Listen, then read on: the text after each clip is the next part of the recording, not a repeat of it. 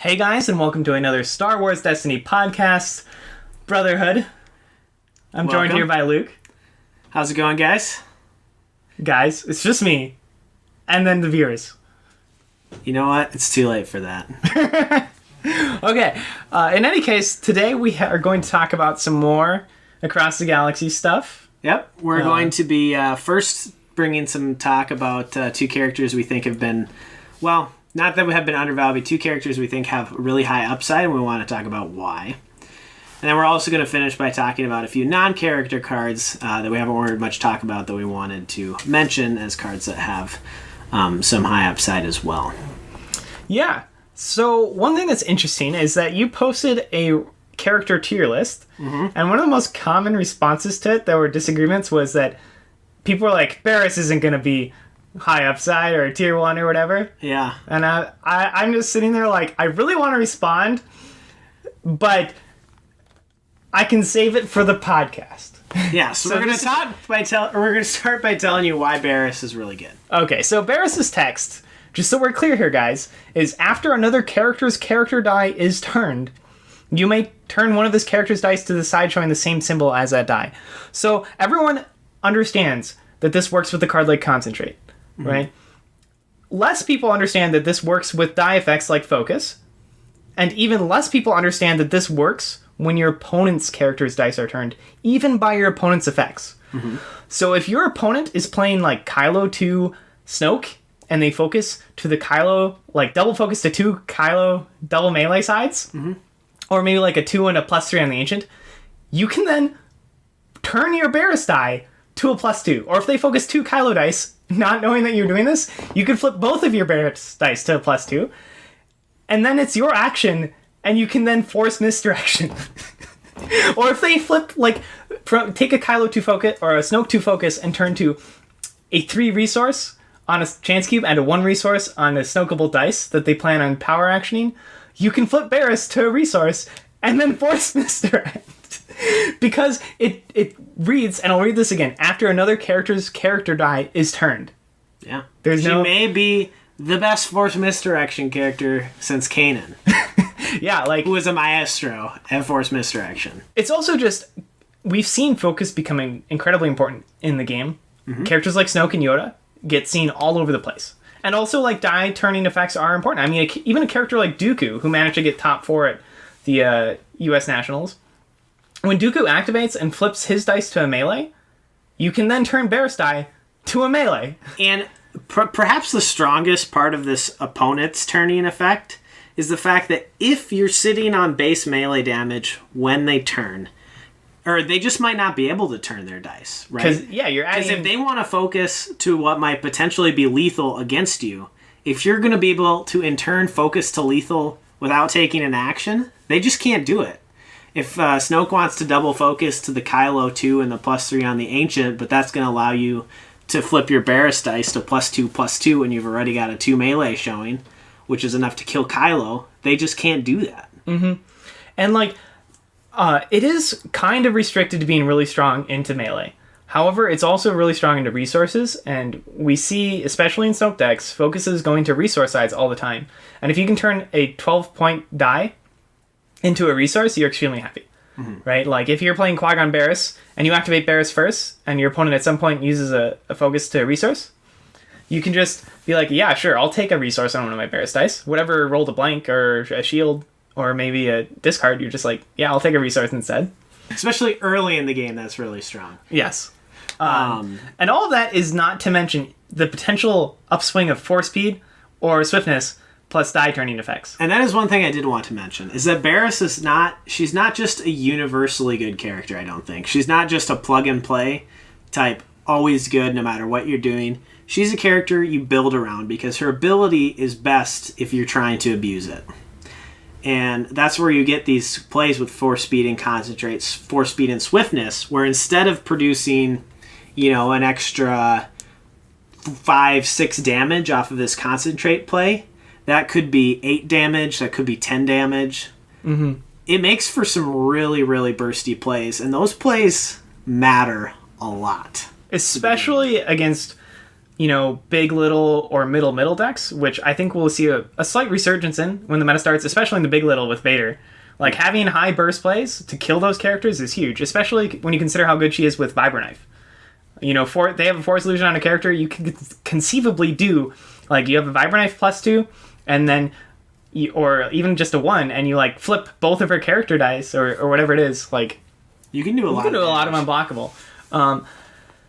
The effect is also extremely good with Close Quarters Assault.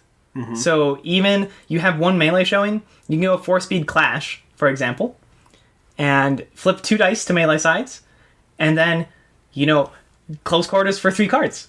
If you have 2 melee dice showing, you can now Close Quarters for 4 cards. And you can do that so easy. Also, one thing that's kind of crazy is that this whole Swiftness build is actually really good with Qui-Gon, regardless of Varys effect, because you can do things like Swiftness, Caution. Now Qui-Gon has 3 shields, and now you resolve Qui-Gon's dice. Like, there are other effects that Swiftness is really good for with Qui-Gon, because he needs those 3 shields before he wants to resolve his stuff. So I just think there's so much potential with Barris in these high upside plays. There are also a few cheeky things that we can mention briefly here. Yeah, when John was thinking about turning opponent's dice so you can turn her dice. Right, so if you run her with a Gungan, so for example, like Elite Ray 1 and her, and then a Gungan Warrior, with 5 dice, you can play a card like Inflame, which is new. It's 0 cost hero, ambush, turn an opponent's die to side showing damage. So you could be like, hey, I'm going to turn to your Kylo one, and that ambush turned my Barris to a 2, and now I'm going to resolve.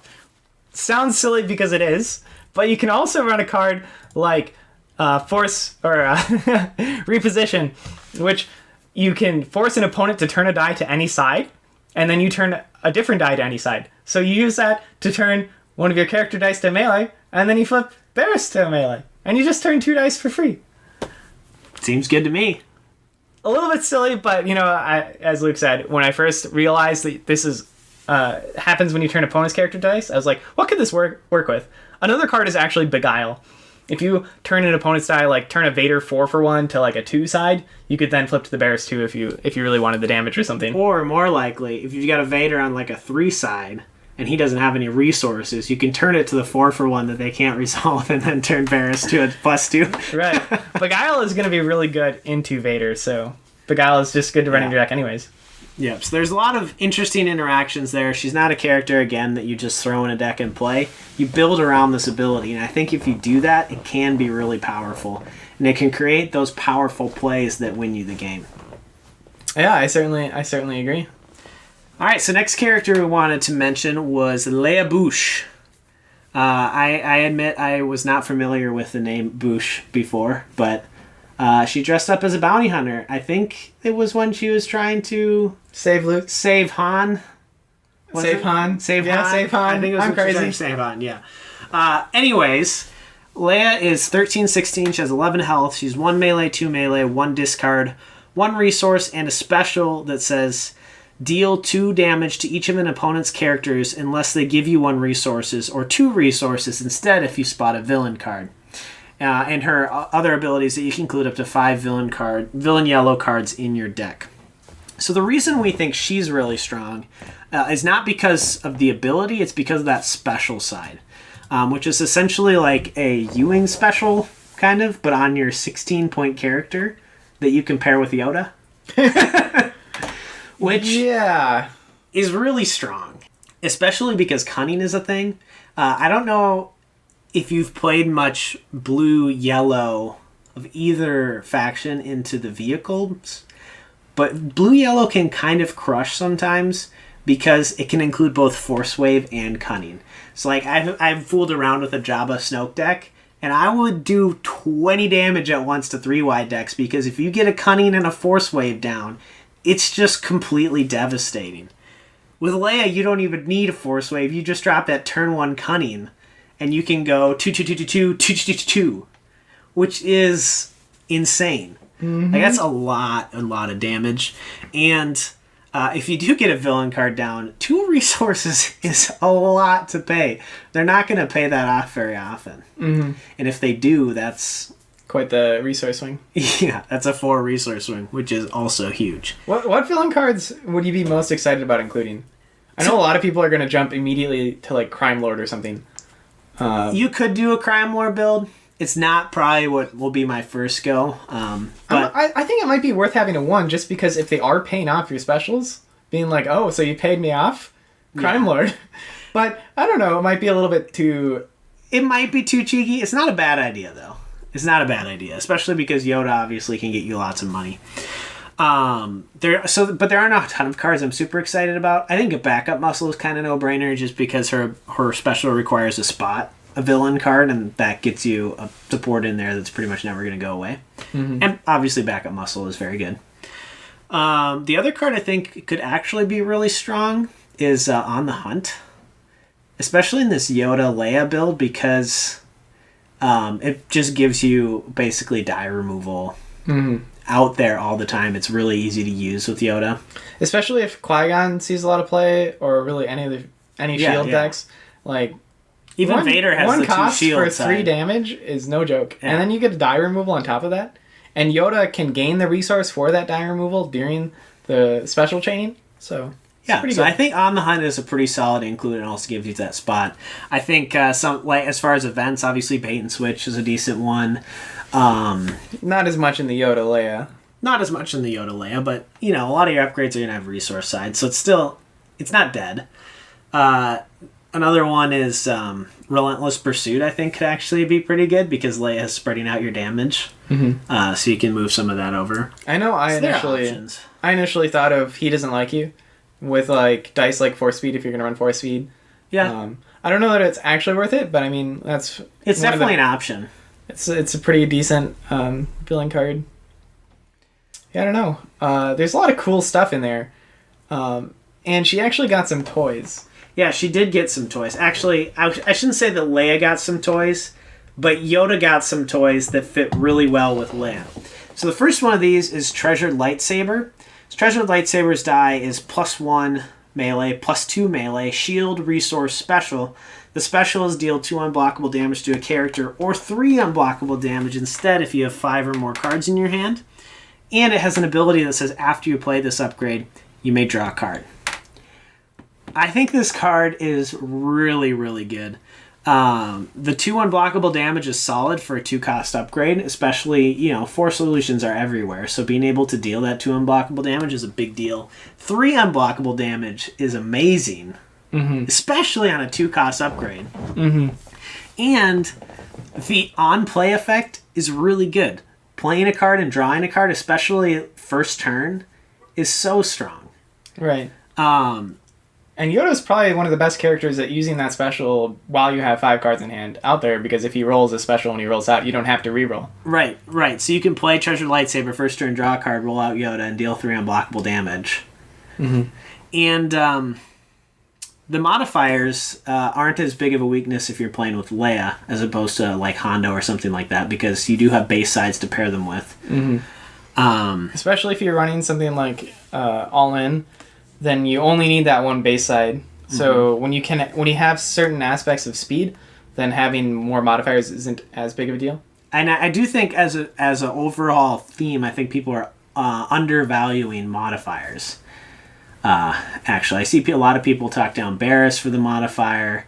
I think modifiers are weak. Mauler Mythal. But not if you have speed. If you have speed, then modifiers matter way less. And that's where like Barris, in combination with like Force Speed and Swiftness plays, can really benefit. Because you can't have your base side removed when you're cheating. Right. The other upgrade that Yoda Leia got is Energy Pike. Energy Pike is another 2 cost. This one's a yellow. It's a 1 melee, 2 melee, 1 disrupt, resource, and special. And the special says deal damage to a character equal to the number of resources you have to a maximum of 3. So on the surface, this card is not super strong. But with Yoda, that special becomes 3, or can become 3 very easily.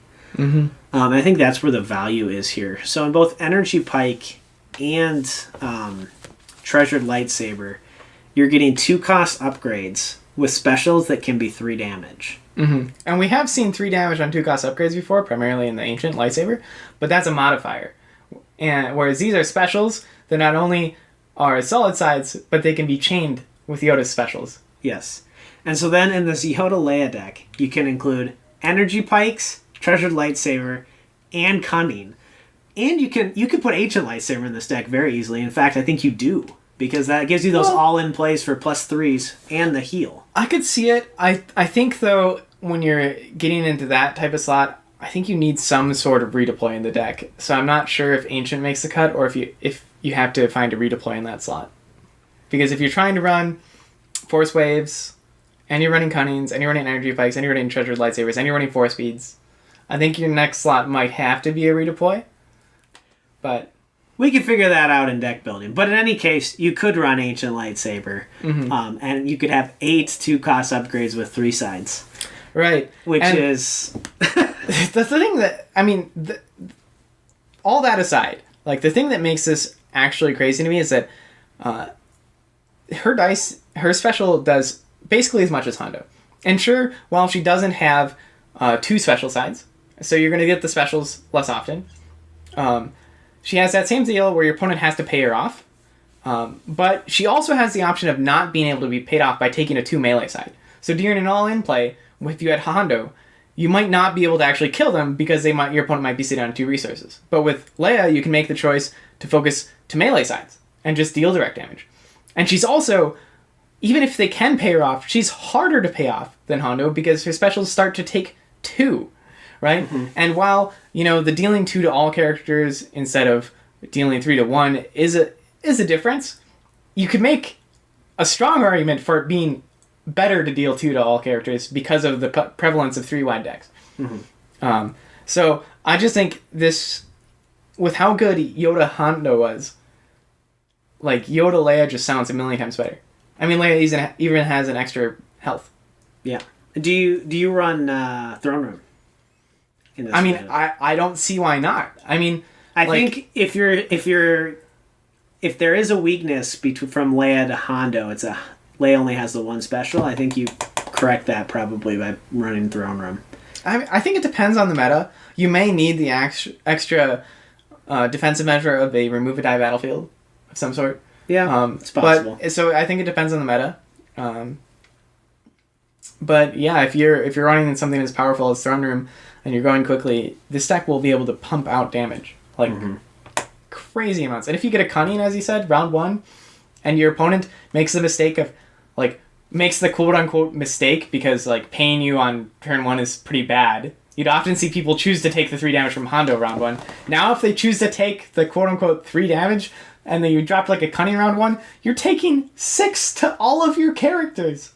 Potentially. I mean, rolling enough specials is going to be harder, obviously, because you don't have 2 special sides. But still, potentially 6 to all characters? That's 18 damage into 3-wide decks. It's a lot. And I think Leia is the perfect example of the fact that the best side on a die matters more than the consistency of a die. And this is why we see, Poe 1 was broken. Not because his overall die was great, but because one side was potentially humongous. Same reason, Boba was also fairly consistent, but it was the upside on the special that made him good. Leia's another character where it's the upside on her special that pushes her into that top level, I think. Mm-hmm. And with the potential of having to pay her 2 resources, cards like Second Chance and Hyperspace Jump as saving cards are even that much more valuable. So when your opponent can afford to pay you off and you can't kill them that round, you're just okay, Second Chance. Or, you paid me off? Hyperspace Jump. Looks like we're going to next round. I honestly think that Leia Yoda will just destroy wide vehicle decks. She's doing wide damage and Hyperspace Jump between those 2 things. Mm-hmm. I'd be a little more nervous about the Vader matchups for Leia. Certainly. But I think the vehicle matchups, it's going to be an uphill battle for the vehicle decks. Of course, all this is speculation, but I definitely agree with you. Got a lot of great 2-drop options, so you're going to have good round 1s, and you can very easily abuse some of the more expensive events. Right. And, abuse the speed of the deck. With that, we'd like to move on to one last topic. One last card that John thinks is interesting. So going along with the article, one of the characters you put in the B class tier, the second class, is Clone Commander Cody. But I do want to talk about one archetype that's only going to be alive for however long it is before they release the next set, and that is the Evacuate Clone Troopers build. Why would that only be alive until the next set? Well, I personally think that Aftermath is a pretty big deal for Evacuate. Okay, that's fair. That's fair. Especially when you're talking about 4 wide decks, trying to like generate enough resources and keep affording the cards. But in any case, for those of you who don't know, Evacuate says basically defeat one of your non-unique characters. After the action phase ends, return that character to play. It costs 4. It's kind of like the hero equivalent of Endless Ranks. So it costs 1 less, but you have to defeat your own character. You can't bring him back from the dead. So you're not getting a full heal ever, and you're also risking losing the game by playing it. The timing is also harder than Endless Ranks. Exactly. So it's a very risky card, but it's also a little bit more offensive than Endless Ranks, and that's what I want to talk about. So in this Clone Commander Cody 3 Clone Trooper deck, that's a lot of health. It's like 33 or something. And you can run Aftermath. So you have 4 characters, and when people start dying, you gain resources. But what you can also do is you run all redeploy weapons. That's kind of what you put in the deck. And you can run like Logistics and Motivates if you want to have extra resource gen. But basically, you can play and Evacuate to kill the Clone Trooper that has the redeploys on him to make use of those redeploys more than once in a round. So you activate the Clone Trooper that has redeploys, and you play your redeploys on whoever your opponent targets first. So they deal 3 to a guy, and you play your redeploy there, whatever it may be. Or maybe you lose a character, and you move his redeploys over. You try to get the redeploys onto the character that's low, so you can do this play. And you roll them out with like 3 dice, and you resolve all those dice, and then you play Evacuate, killing them, gain 2 resources back from the good old Aftermaths, potentially, which means it only costs you 2, and you move them over to another Clone Trooper, and then roll out those redeploy dice again in the same round. And then at the end of the round, you get a full health Clone Trooper back to boot. So you got, essentially, if they have 6 damage on them, you got 6 healing for 2 health, or for 2 resources overall, and you got to roll 2 more dice in a round. So that's a very, very high upside play. It's hard to set up, because you have to have the redeploys on a character they're targeting, and often people don't want to target whoever your redeploys are on. But if you can get them there, and you can play Evacuate to do this, it's, as I said, it's kind of a crazy upside. I mean, you're paying 1 resource for each die that's redeploying, or potentially less if you have 3 redeploys that are moving, and healing to boot. Even if you're just healing 4, paying 2, if it's not going to lose you the game, paying 2 to move 3 redeploys is worth it. Yeah. Right. So it's an interesting archetype. I'd be curious to see if Clone Commander Cody with those troopers can do enough aggression with that type of a card. I think it might be able to. It sounds like so much health, and then to have a potential big play in the mid game like that. But it remains to be seen. Yeah, it just depends on whether you can pull it off. I also do want to mention that, unlike Endless Ranks, this is not red character only.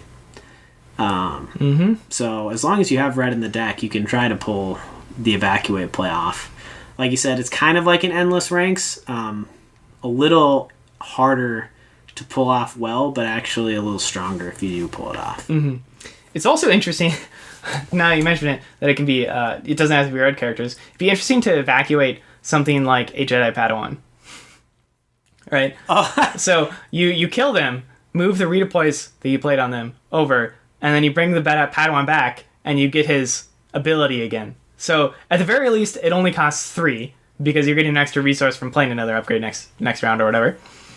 If you have a couple Aftermaths down, it could be a 1-cost Evacuate. There you go. So, especially into indirect decks, Evacuate is extremely strong. That is one thing I will say. I do think it's much better into indirect, just because you can plan that damage better, and you're less likely to have your character you want to evacuate killed before you can evacuate them. Mm-hmm. I kind of want to do that now. I want to play Padawan with Evacuate. Plo Koon, Padawan, Clone Trooper. Why not? Fun stuff. So yeah, that one. We talked about a couple tier 1 likely tier 1 decks, and then we talked about, maybe it'll work. I don't know. But That's part of the fun of new sets. Exactly. I think Evacuate is, in many ways, a much more interesting card than Endless Rings. I like Endless Rings. It's fun. I like that that's out there. But Evacuate is, like, hard to use, but it has potentially massive upsides in terms of healing and aggression combined. It's a card that's actually worth 4 if you can do it right. Exactly. Which, And if you have Aftermaths down. Those kinds of cards are fun. Yeah, they're fun. So, also, I think Evacuate would be hilariously good in some drafts. If you got a good non-unique, and you can Evacuate in a draft.